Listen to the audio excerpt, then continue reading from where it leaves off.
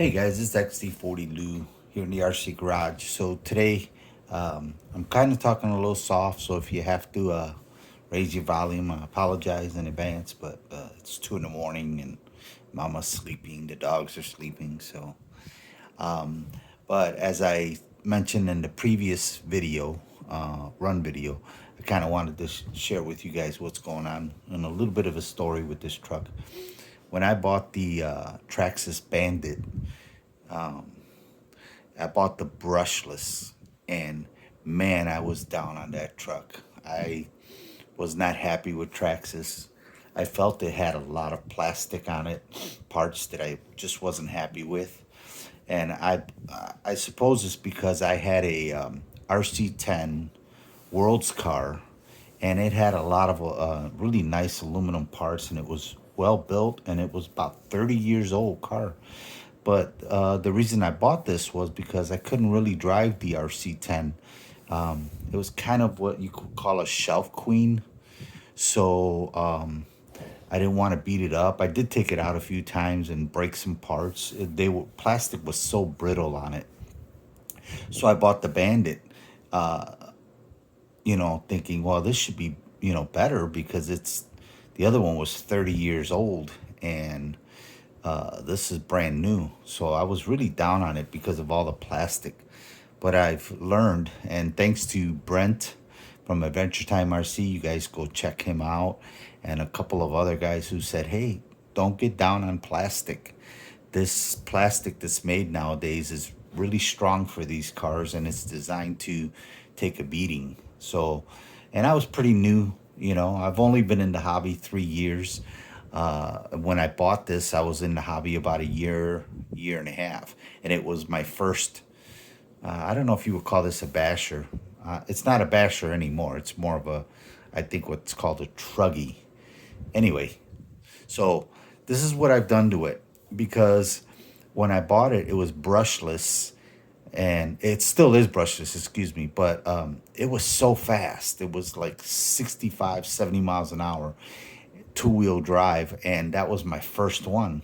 So I'm like, oh man, this thing just, I couldn't control it, and trying to make video at the same time seemed almost impossible. So for me, I'm 62, being an older guy. I'm not really, out to break any speed records. I'm just, out to have a little fun. So I said, okay, I'm going to redo this car the way I would want it to be. So it's basically, I think you would say, more of a slash now, the Traxxas slash, than it is the Bandit. Because let me show you what I've done to it. One of the first things I did to it is I extended the chassis with these aluminum brackets. They're riveted top and bottom, as you can see. And look at how thick it is. But it's aluminum and it's light, so there's one on the top, one on the bottom. I cut the chassis in half, and I riveted together, and then I lengthened it to 313. Now, the reason I went to a 313 wheelbase on this is because now I basically can put any body I want on it. There's so much more variety. And I didn't like that real skinny little racing body. I like a full body like I did here. So, you have some extra, as you redo your cars and you get rid of, and some guys, like done on some of my trucks, I've gone to a hard body. So I saved these little Lexan bodies, so now I can put Lexan bodies on here, all 313 bodies, and they're just to get beat up anyway. So that's what I did. I went to 313. Gives me a great selection of $35 bodies anytime I want to change it out. I got rid of, if you guys noticed on the previous video, I had the wheelie bar. I no longer need the wheelie bar, because with the 313 length, and then the heavy tires, the bigger tires up in front, these are the Proline BadLands I love these tires. They grip so well. And by putting them up in the front too, instead of the skinny tire, it gives me good grip. So yeah, that's the setup on it now. I am running it on on the training mode. So for me, what I've done is try to slow this down so that it's fun and controllable. Like I said, I'm not doing speed runs back and forth straight. I like kind of, the car running through dirt and grass and all kinds of stuff and just bouncing around. So that's the more fun part for me. So that's why I decided, hey, I'm going to take this truck and I'm going to make it for me. The next thing, a couple things I did is I've lowered the shocks.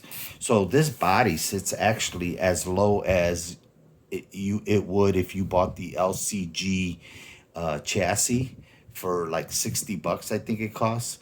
All I did was swap out shocks. I took the front shocks, put them to the rear, and then put different shocks in the front, so that this way the car would sit lower and it's just more, it doesn't bounce around. So and if you, like I said, if you guys saw the video, you can see it's tracking really well. The only thing I want to do next is get a fan for the ESC. I did put some fins on the motor, and can't see them here, but I put some fins on the motor. When I came back in, it tested, and it was pretty good. I mean, they were hot, but not like to the point where, it burns off and it cuts off. So that's working really, really well. So I run it at 50%. Oh, and then also the next thing I did was my gearing. Now this gearing came at 26 on the pinion and 76 on the spur gear. I geared it, I guess I put more teeth, so I don't know if you would say gearing it down, because now it's got a 2683, so it's slowed it down. And that is the recommendation from Traxxas. They make a stock gear that you can get on Amazon for like $6, and you can gear this down to slow it down to make it more torquey, is what they said. So it's not a racer anymore. It does about, I would say, about between 30 and 35, and it's the perfect speed for me. And I run it into training mode, so that's perfect for me too. So, and then I just cut up this Gen 7 body on here, and anytime I have a leftover body from a build, I'll be able to put it on here because it'll be a 313. But I love the look of the SUV body on it. And it's now right up my alley, right what I like. And so now I love my Traxxas Bandit, I've made it my own. And then one of the things I'm going to do is I'm going to put a tin plate across the bottom here. And I did it before, but I took it out when I did the modifications. So I'm going to put it back on. But I'll put a tin plate across here to protect that plastic chassis part down there.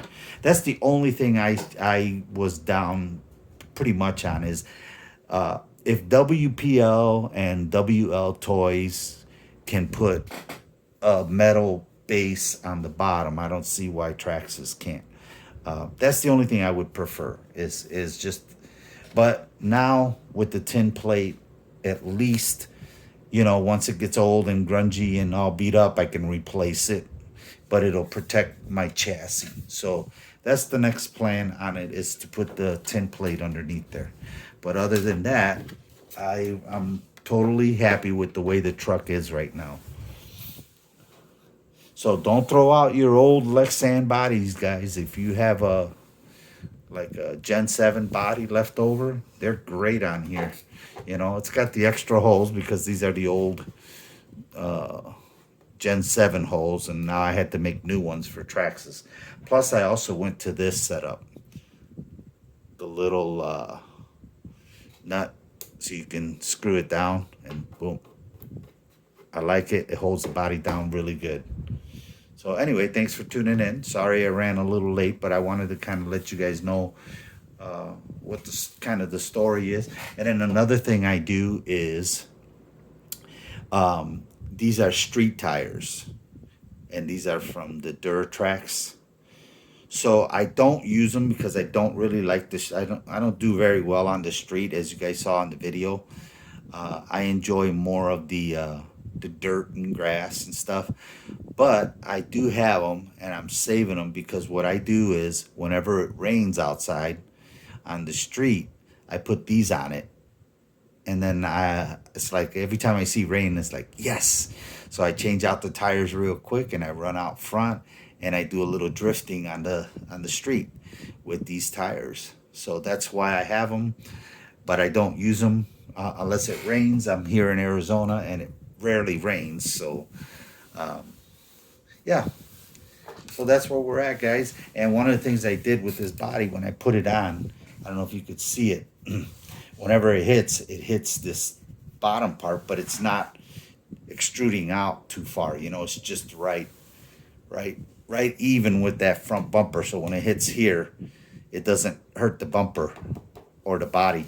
You guys saw my crashes on the previous video, and you could see that the body, I did get a crack right here. But you can do a repair, and just for you newbies out there who don't know, might not know, one of the things you could do to repair these bodies is this is from drywall tape, nylon drywall tape. So you put you cut it up, put the nylon drywall tape on there.